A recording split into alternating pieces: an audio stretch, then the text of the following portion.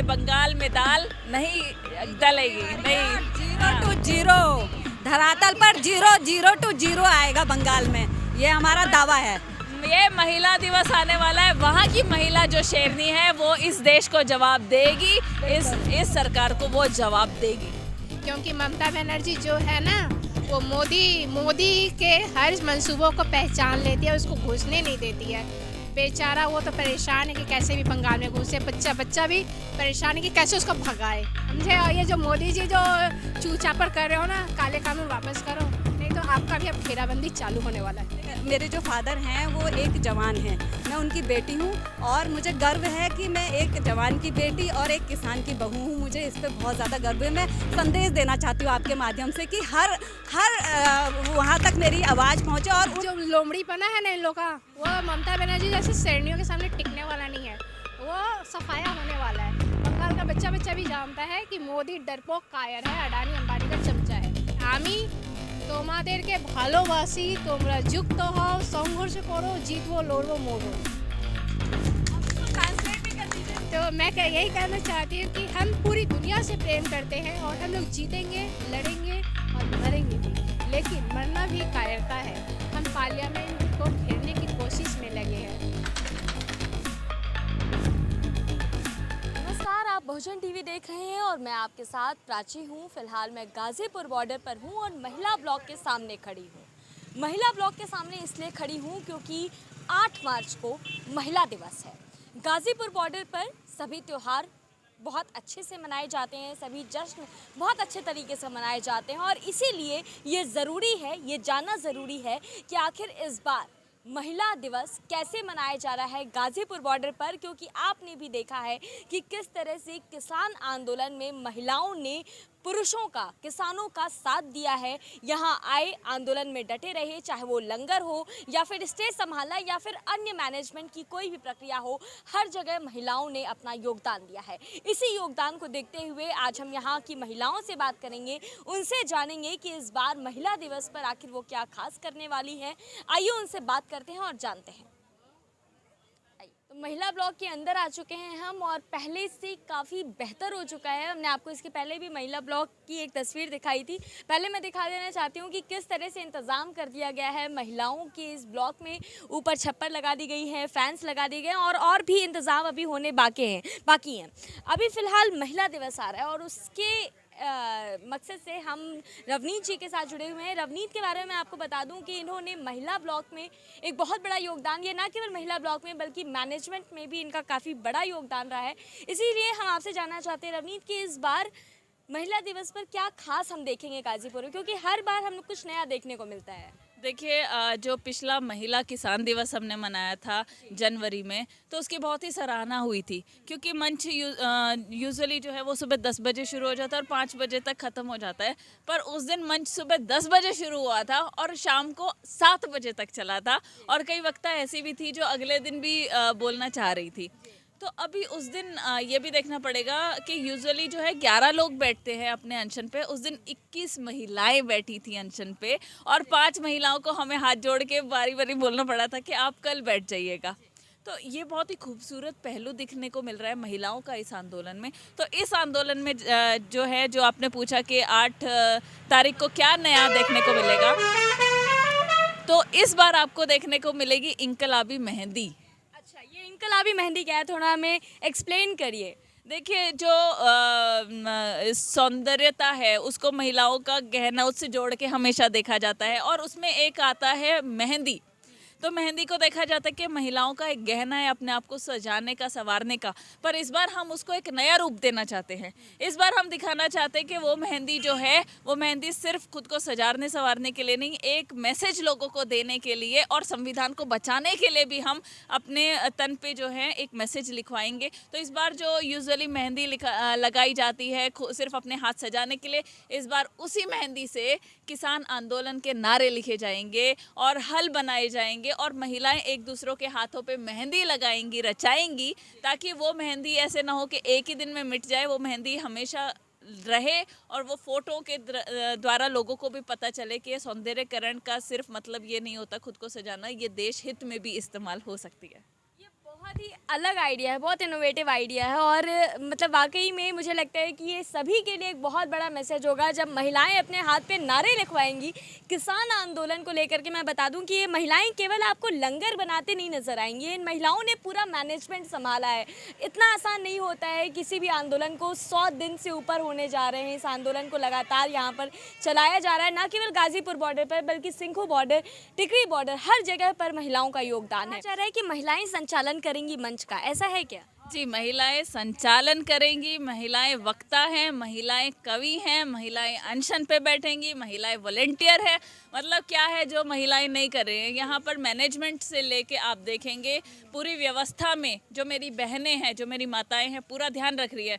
जब ये महिला ब्लॉक बनाने की बात हुई थी तो हमें सीसीटीवी कैमरे इंस्टॉल करवाने थे। क्यों? क्योंकि हमें थोड़ा सा जो है सिक्योरिटी का देखना था, पर वो उसका कहीं से व्यवस्था हो नहीं पाई। तो जो मेरी माताएं बहनें जो यहाँ पर बैठी हैं, ये सीसीटीवी कैमरे का काम करती थी, ये पूरा नज़र रखती थी कि कौन आया कौन गया है। तो अभी जो रजिस्टर है ये सारा मेंटेन होता है, पर ये रात को अगर 10 बजे या 12 बजे या 1 बजे भी कोई बाहरी आने के पूरा ख़राब करने की भी कोशिश करती है कोई महिला भी, तो ये पूरा अपना ध्यान रखते हैं और ये तुरंत हमारे नोटिस में लाते हैं। इससे अच्छा काम क्या हो सकता है। महिलाएं यहाँ पर पूरा स्टोर संभालती थी। महिलाएं जो यहाँ पर हैं, ये अपनी एक जो महिला यहाँ पर रुकती है वो अपना यहाँ पर हम वार्डन बना देते हैं उनको। तो जो महिला यहाँ रुकती है वो वार्डन है। वो सारी महिलाएं जो है, ये नहीं है कि लड़ाई वड़ाई, आज तक एक भी किस्सा नहीं आया है।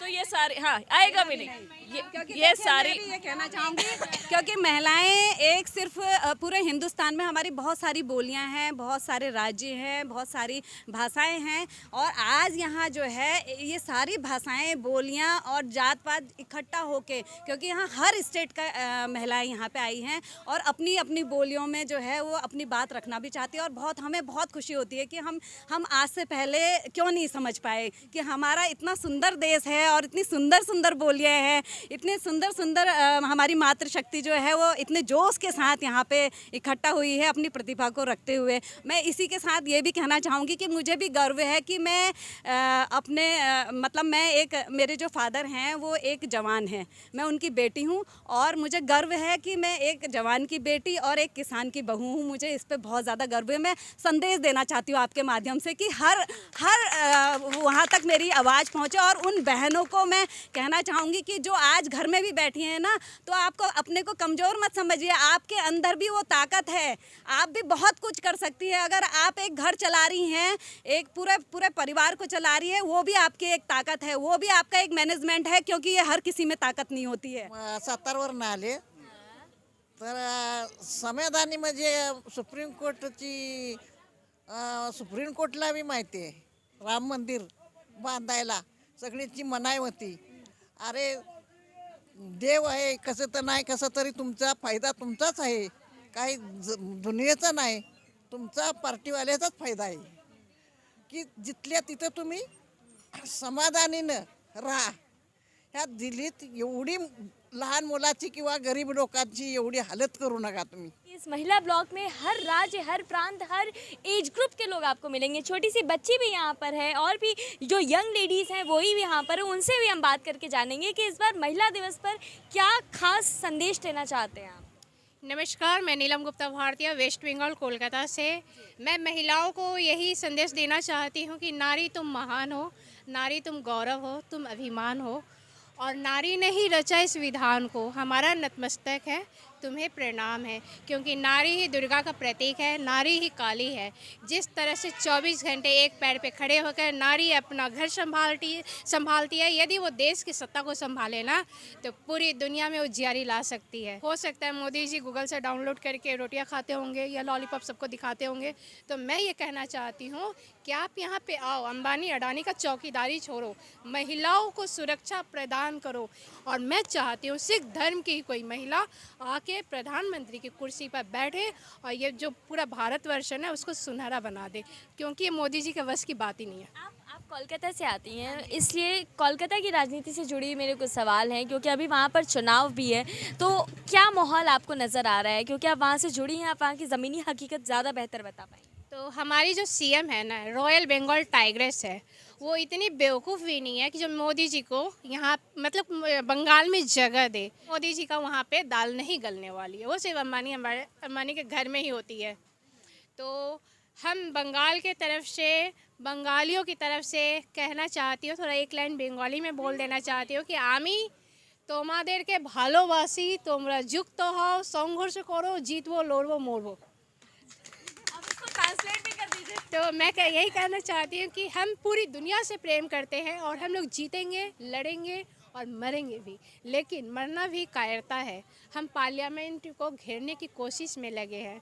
10,000 महिलाओं के संग जाएंगे और हो सके तो वहाँ पे घेराबंदी भी करेंगे, क्योंकि ये सिर्फ किसानों की बात नहीं है, पूरी जनता की बात है। किसान तो खेत से भी उतना रख सकते एक साल भर की, लेकिन जो गरीब जनता है उसका क्या।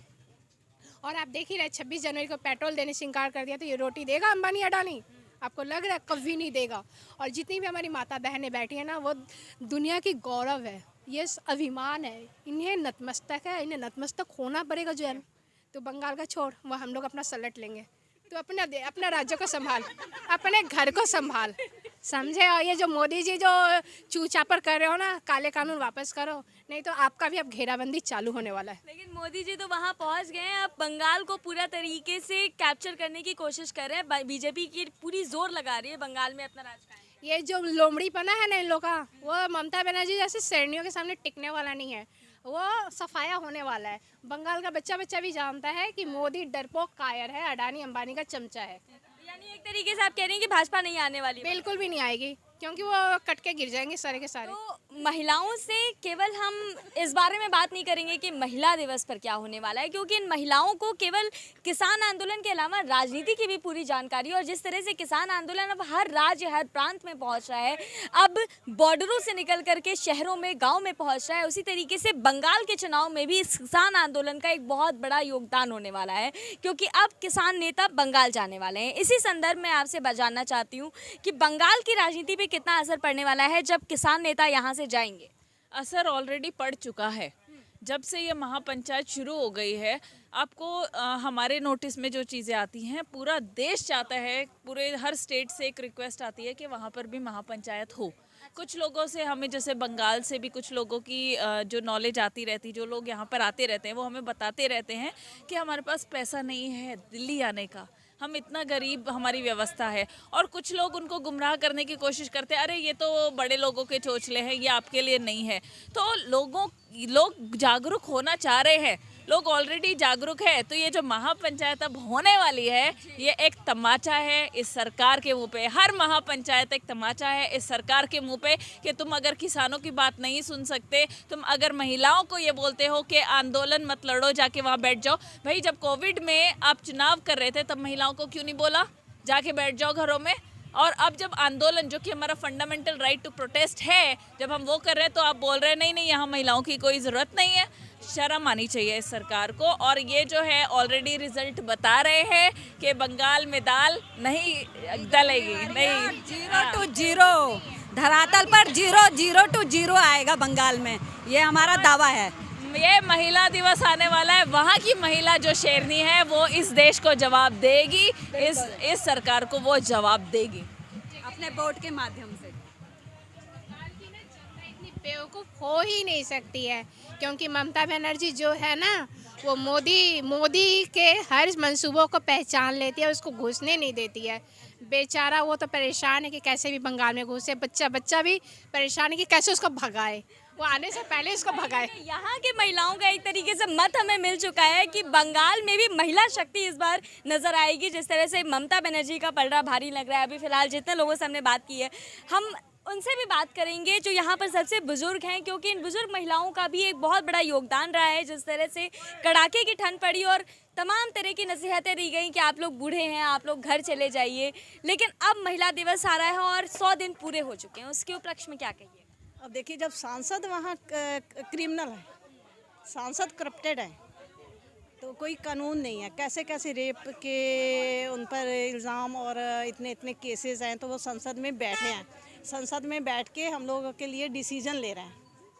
और हम लोग किसान हैं, और हम लोग क्यों आए हैं सड़क पे? हम लोग को सताया गया तो आए हैं ना। अब खुद प्रधानमंत्री जब इतनी बड़ी क्या कहते हैं कि सीट पर जाने के बाद इस तरह से बोलते हैं, हम लोग को मेंटली और फिजिकल चोट पहुंचाना चाहते हैं।